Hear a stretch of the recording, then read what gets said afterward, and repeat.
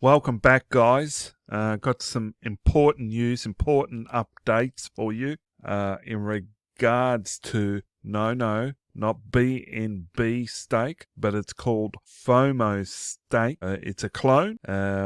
My business partner, Mike Klingler, is going to address it for you and address why you should not consider it, and you're going to learn why. Very important, guys. Stay tuned.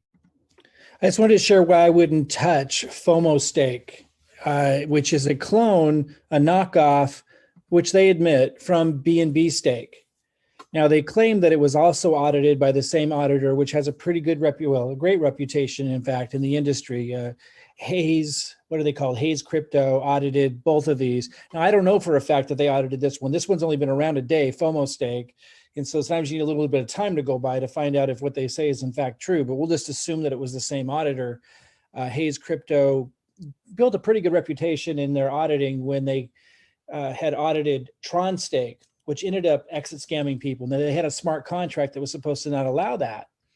And Hayes Crypto had said that their audit checked out, but then before Tron Stake launched, the Crypto Hayes said, wait, or Hayes Crypto auditor said, we just caught something. So they kind of, saved face, and it kind of, it shows a good reputable group when they're willing to admit, hey, we made a mistake with our audit and we just caught it. And this was before Tron Stake launched. So they caught it in time, and it ended up that Tron Stake did in fact exit scam people, which isn't supposed to be possible if it's a secure smart contract. And that's why the auditors are so important. So anyway, they built a pretty good reputation from that, and they audited this. It's claimed that they audited this one as well, and maybe they did. I'm always skeptical when something's only a day old, what you might find out, days or a week later, like maybe Hayes Crypto will come in and say, no, we didn't actually audit it. They're just making that up. I'm not saying that's the case. I'm just saying that, what you run the risk when you join something brand spanking new to find out all kinds of crazy things about it later. So this is the original. But again, that has nothing to do with what I want to say about why I would never join FOMO Stake. Here's why. Because first of all, they're an imitation. And I'm not saying I would never join an imitation, but I don't like imitations in general. I always like the real thing. It suggests that the true innovation came from here. And I don't know if it's the same developers that came out with this or not. It's kind of irrelevant to me. That's been passed around. It's irrelevant. I always like the original. When you look at the interface of this too, and the way it's designed, it just looks way more professional than this one. But nonetheless, that's not the reason either why I wouldn't join FOMO Stake. The reason why I wouldn't join it is because you can take your funds out whenever you want. Stay with Mike on his very next point before you say that is a good thing, very important. You might say, Mike, that's a good thing. That's a good thing that you can take your funds out whenever you want. So in other words, if you put your funds into this program right here, and it says it's supposed to last 14 days, now it's counting down, now it's 13 and a half, which is kind of weird. A little bit of a difference between the two. They're almost identical, but there's a few little weird differences with this one. But let's say you put your money in here. If you don't withdraw anything, you can take all of your money out. They'll ding you 20%. So you're only going to take 80% out. The other 20% goes back into the smart contract. You might think, oh, that sounds great. But the reason why it isn't, and I'll go back to CryptoWare. For those of you who remember CryptoWare who exit scammed, I'm not saying they're going to exit scam. This could be a legitimate smart contract. Let's assume it is. But the problem is it creates massive instability, because let's say people start to freak out for whatever reason, short term. They start to see the balance going down, because of course in these things, if the balance goes to zero, then there won't be anything for you to take, is the problem with these. And so, the problem is, if people, because what created this surge, this 5,605 BNB in the balance that allows you to make the earnings, if you put money into this, like let's say I'm going to put 5, BNB in this one, in 13 and a half days, I will get back out 6 BNB. But only if there's something in the pot right here, right?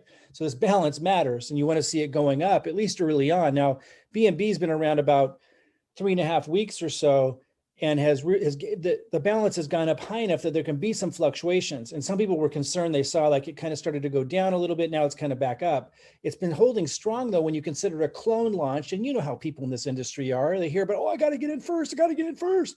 And then they all jump over. So yesterday when FOMO Stake launched, of course, a bunch of the I got to get in first people got in. And it's pretty impressive that this balance held stable during that period. And so, of course, it's not going to skyrocket when a bunch of I got to get in first type people, which is what drives this market primarily, jumped into this. And they took a bunch of their profits and dumped it into FOMO Stake, wanting to get in early, right? And focused a lot of their marketing and stuff on it. It's pretty impressive that BNB Stake has been holding strong in light of that clone launch yesterday, where a whole bunch of I got to get in first jumped in, right? So 5,605 BNB in here, probably most of it came from what they profited in the last 3.5 weeks in BNB Stake, right? Because if you look at these two numbers, this first one up here is showing the total BNB that was ever staked, 42,700 in the first 3.5 weeks of this. And then now there's 15,358 in the balance. If you subtract one from the other, you're left with how much people profited, how much they took out. And I'm pretty darn sure a lot of it ended up over here in the clone copycat that launched yesterday. So it's actually pretty impressive. So that it survived that, and it's making a pretty strong rebound. Let's see if it went up or down. I'm gonna hit refresh. It's really strong. It's kind of impressive. And the way this works, for those that don't know, it starts at a lower amount, like 3.5 weeks ago, whenever it was, it started like at 8%. It ticks up like 0.5% a day, and now it's at 18.5%. It's going to keep going up. I have 181 BNB in this thing. I'm playing around with it. Again, guys, I'm not going to put my affiliate link below. I'm not going to promote this, even though it's a fun game, but it's high risk, obviously. And it's not for every. Okay, guys, very important you listen up to the next steps, what Mike is going to share with you. Very important. It'll help you move further advanced and ahead a couple of meters or yards, whatever you're used to, or even steps. So listen in tight. Everybody, if you want to know how I generate so much Ethereum without risk as income, duplicating a system using my marketing that I can just hand to you to duplicate, reach out to me at the link below, or maybe someone on my team posted this video somewhere. You can go below, click the link, reach out to them, and we'll show you exactly how we generate massive amounts of ETH that we can use. We use that Ethereum that we make with the no risk method, and you use my marketing and everything. You just duplicate what I'm doing, and I give you the content and everything. Super simple. And you can make ETH to use to put into things like this. But that's why this isn't as much of a risk for me. Okay, guys, so make sure you go down below and look for those links that I'll put down below, as Mike has just shared. And we look forward to being able to connect with you. If you'd like to be able to reach out and connect with me, you can do that on Facebook Messenger. We look forward to connecting with you. Now, I'll put you back to Mike. But and I could withdraw right now almost 27 BNB, but I'm just going to leave that in there, because what I'm getting at is when this hits 20%, I'm going to put more in. So I really like this one. But the main reason why I wouldn't do FOMO Stake is because they let people take out their entire balance even before the days are up. And the problem with that is, I know that there was initial excitement because it launched yesterday. So a bunch of, I got to get it first, people jumped in, totally get it. And with a lot of models, that makes sense. And maybe they'll be right. I just don't think so. I think that initial surge will last a couple days at best. And then it's just the way these days count down. It's a little weird. The fact that it's an imitation is a little weird. The fact that the percentages over here are much higher and that it's held so strong through the clone launch. It's just, I just don't think the momentum will be over here. And then because people can take all their money out, they do get a 20% penalty, but they can take it out when they get scared, when they get the FUD. And I'm telling you, these people who are I got to get in first type of people, they're the most likely to jump out when they get nervous. And so they're not the kind to collect together and rally together. Like the people over here, if you go in this Telegram group, they're like, let's work together. Like if we reinvest, we can create stability here. We can help this go longer. The people that have been over here have been the work together people. The people over here, there's nothing wrong with it. I got to get it first. I totally get it. I've been there, done that, and I'll do it again with some projects. But I just pointing out the fact that the nature of that particular group of type of people, that they don't work together as much per se. They're going to jump in, they're going to jump out really, really fast. And the fact that they're allowing them to pull their money out on top of that fact, it's kind of obvious that they start seeing this go down at any point in the next week, they're out. And if this is in momentum at that time, like it's really held strong, it's just going to come right back over here. And there's a whole bunch of other money that's been profited that people are just sitting on, because that's a lot of BNB. Look at this. It's crazy. So look, in 3.5 weeks, it's been 42,721 BNB staked in total.